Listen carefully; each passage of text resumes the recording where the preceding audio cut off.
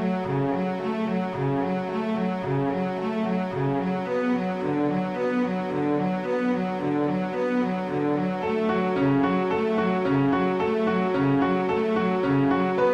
everybody, welcome back to another episode of Card Talk, a podcast where we spend just a little bit of time talking about cards from Lord of the Rings, the card game. I'm your host, Dave Walsh. And I'm Grant Thompson, just along for the ride. And Ted, who loves cards, to talk about cards, is taking the night off tonight. So it's great that we have Grant back on. And so last week we were talking with Grant about coming back on. So we'll have him for a bank of shows. But Ted is still with us. He's just otherwise engaged. And he may have a shadow card that's been dealt to him. So, but before we get into today's card, let's talk a little bit about how you out there can see us at Card Talk. You can experience us. We do have the audio stream. We also have a YouTube channel. You can check us out there, and then we also have a blog, cardtalk2018.com, and Matt over there works really hard at putting out playthroughs, and he keeps up with the reviews of cards, and it's just, he does a great job over there, and he's been doing it for about 1.5 years now, so thank you to Matt, as always, for doing yeoman's work over there. And then Micah, who is the newest member of the Card Talk team, he does live playthroughs on our YouTube channel. He moved recently, so he's been kind of trying to find his new groove, but he does Second Breakfast. I think he's still trying to do it every other Sunday, but as soon as we get that figured out, we will let you know. And then there's also, we have an email. I'll put all this information over here. We have an email address. You can see that. And then we have a Patreon, patreon.com/cardtalk2018. And that's a lot of conversation to talk. And notice I got hasty right there at the end. So, Grant, what stroke of genius are we talking about today? Certainly not yours, my friend. Okay, I tried. I'm channeling my inner Ted, and it's not working too well. Maybe I should just stick to my own, stay in my lane here. As we've discussed last week, we are jumping back to the core set. We are going for the one-cost spirit event, Hasty Stroke, which has a response, cancel one shadow effect triggered during combat. And it has the flavor text, the hasty stroke goes oft astray, said Aragorn, we must press our enemy and no longer wait on him for the next move. The Return of the King. There it is, in that amazing British accent. That's great. Well, I mean, I'll start. Last episode, you got a chance to talk a little bit about that. I mean, here's the thing. At this point, this has been a staple in the card pool for so long. Like it's an easy, simple card to figure out. It's like, a bit like it's test of will for shadow cards. Exactly. It costs 1, and I mean, you just cancel the shadow effect. But it's interesting because while I agree with you that it's like test of will for shadow cards, I have found that as my card pool has grown and gotten bigger and I have all the cards now, that I have found other ways to cancel shadow effects as opposed to, and so I use Hasty Stroke less. I don't eliminate it, but I use Hasty Stroke less than I use Test of Will, because Test of Will is so amazing. And yeah, so, I agree with that. Yeah, I've seen that myself. Yeah, like, I mean, you have Jabir and Erkenbrand, which are, you don't ever have to draw those cards. Well, Jabir you do, but like, I guess what I'm saying is like those are shadow cancellation effects that are around more than just one time. And if you're, and I think that the designers were creative. Caleb especially when he came out with Quicker Than Sight for Sylvans. And I think, isn't there, what is, Armored Destrier? There's just a lot of creative and fun ways to deal with shadow cards that's not so blunt as Hasty Stroke. Hasty Stroke does a great job, and I still include it in several of my decks, but I find myself, there's even some scenarios where I just don't worry about shadow cancellation at all. I'm just like, okay, well, if I get a bad shadow effect, I can afford to lose an ally, and that is what it is. Okay. So I don't know. So what's your thoughts on Hasty Stroke? I'd agree with everything you've just said. I mean, there are certain scenarios where it's like the scenario itself has several shadow effects, but none of them are game ending if they were a trigger. So it's like, well, I don't really need Hasty Stroke for this campaign or this scenario, so I won't bother putting it in. The shadow effect on Sleeping Sentry is always the thing. But yeah, Road to Rivendell, probably the only one where I run, if I'm playing that one, Erkenbrand with Hasty Stroke, right. plus whatever other cards. Doesn't Balin also, Hero Balin, doesn't that also get rid of it, right? You spend one. Anyways. So I run several ways of getting rid of shadow effects during that.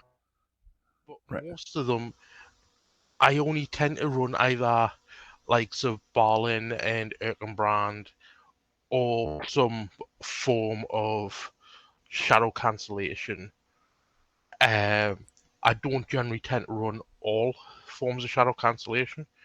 So if I'm running Erkenbrand, I generally don't really have a spirit resource to, say, run Hasty Stroke.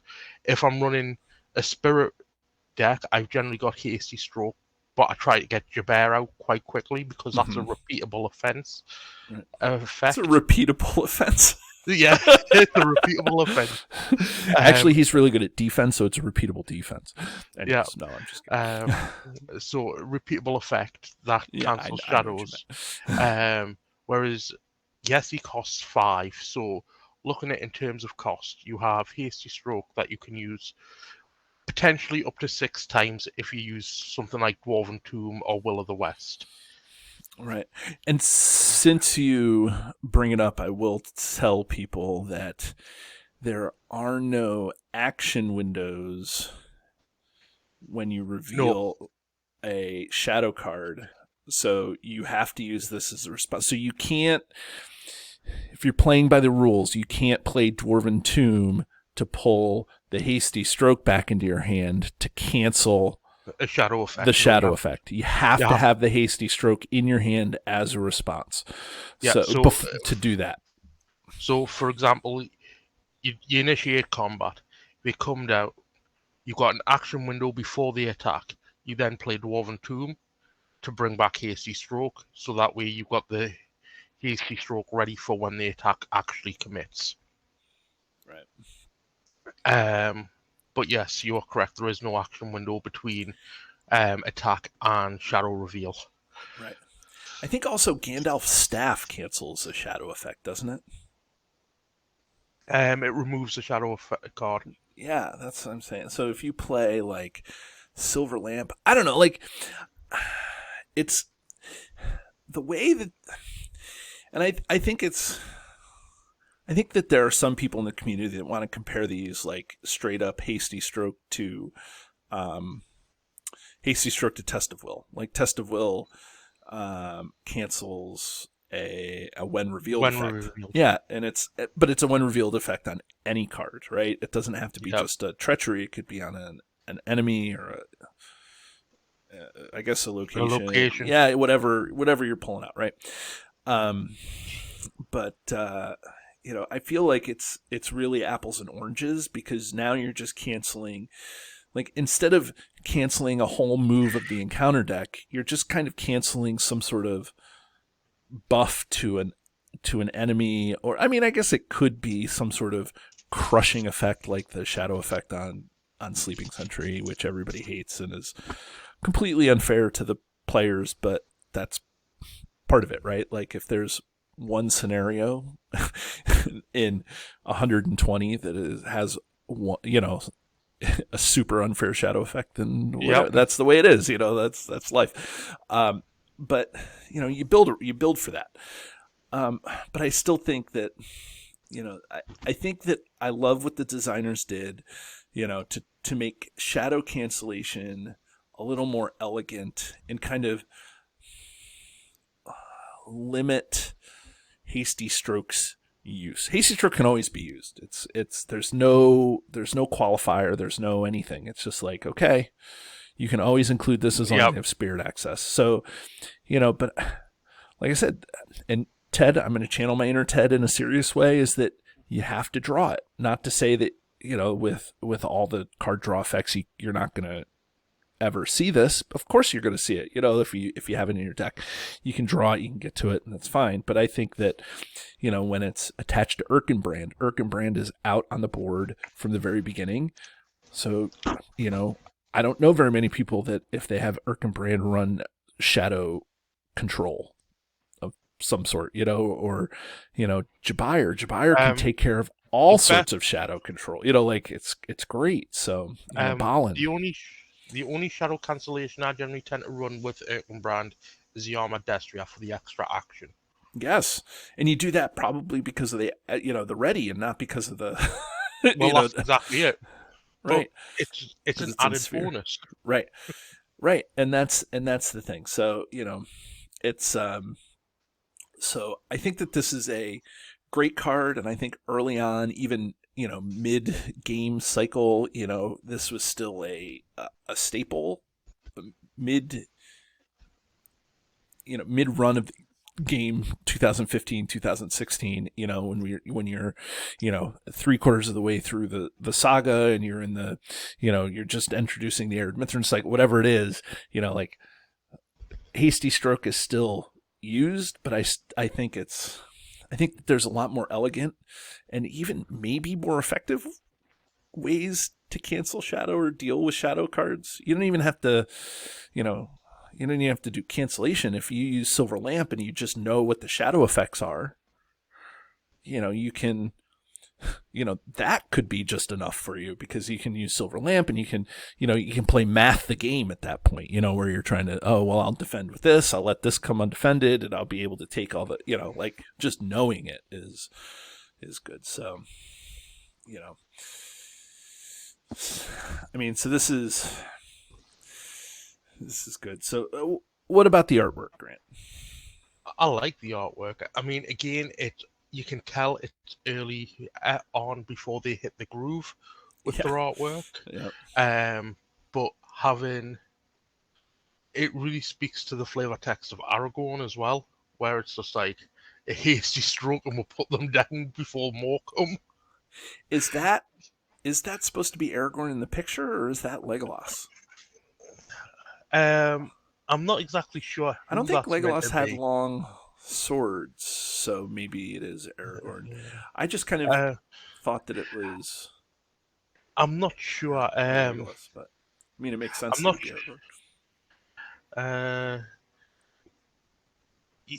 It doesn't look like Aragorn because he's not wearing ranger attire. He's wearing full plated armor.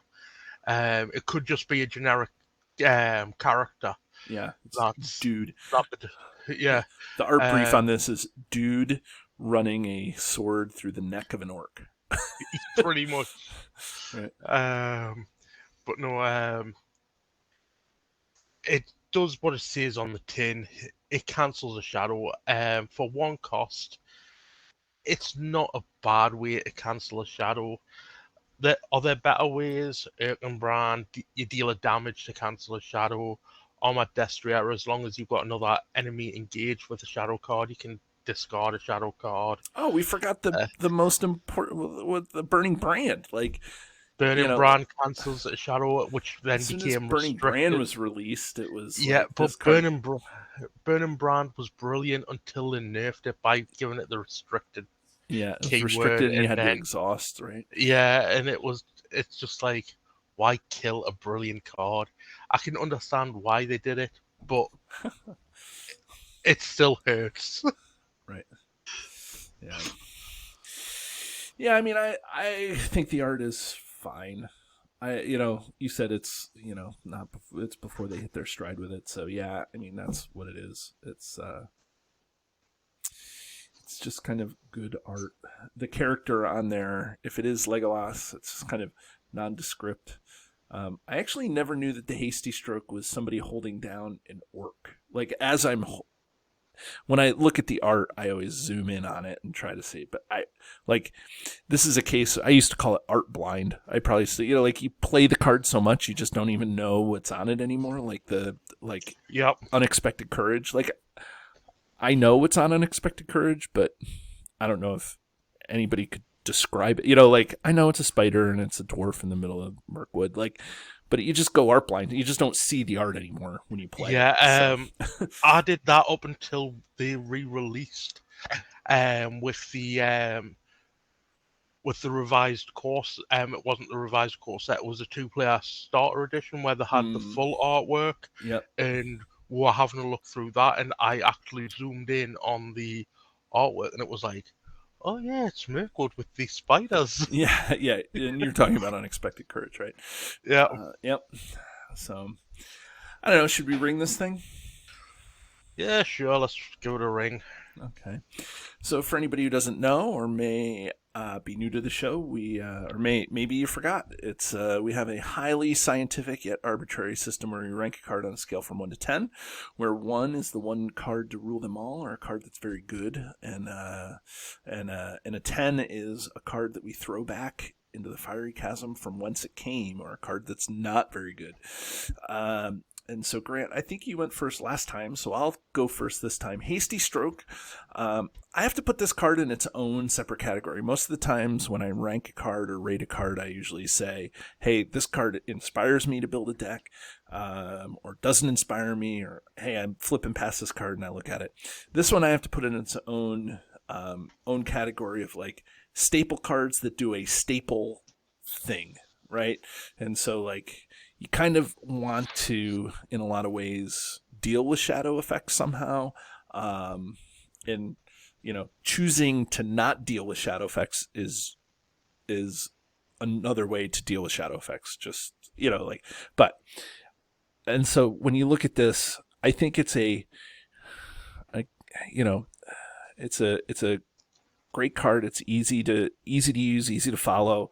And, but I think that now with a broader card pool, there's more elegant ways to do it. I've said it a million times on the show. So, to kind of handle shadow effects, but it's still a good card. So I'm going to give it a 5. If this was just based in the core set, I would call this a staple, and you have to run this in every deck or in every game you play. You have to have, you'd have to have shadow cancellation.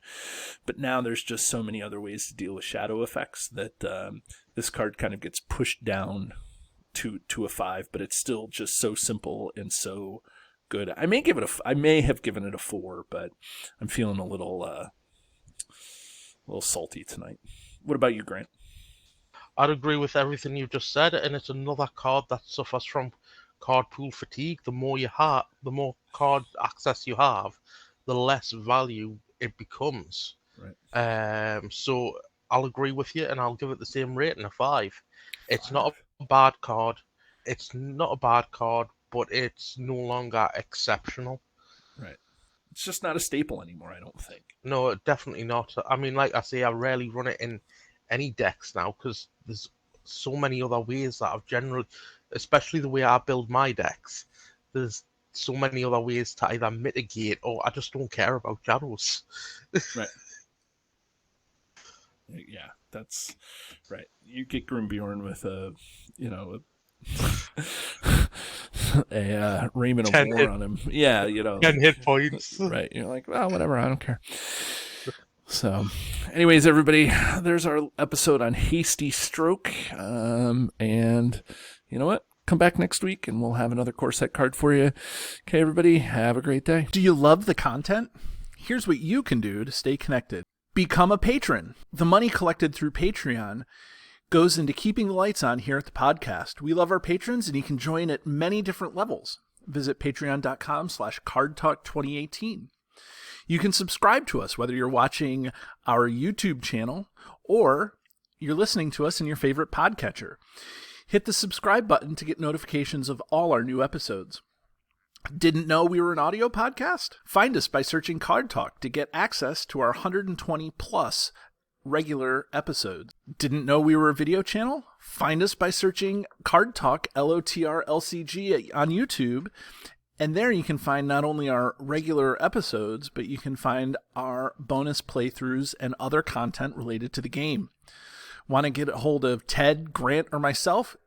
Feel free to email the podcast at cardtalk2018@gmail.com.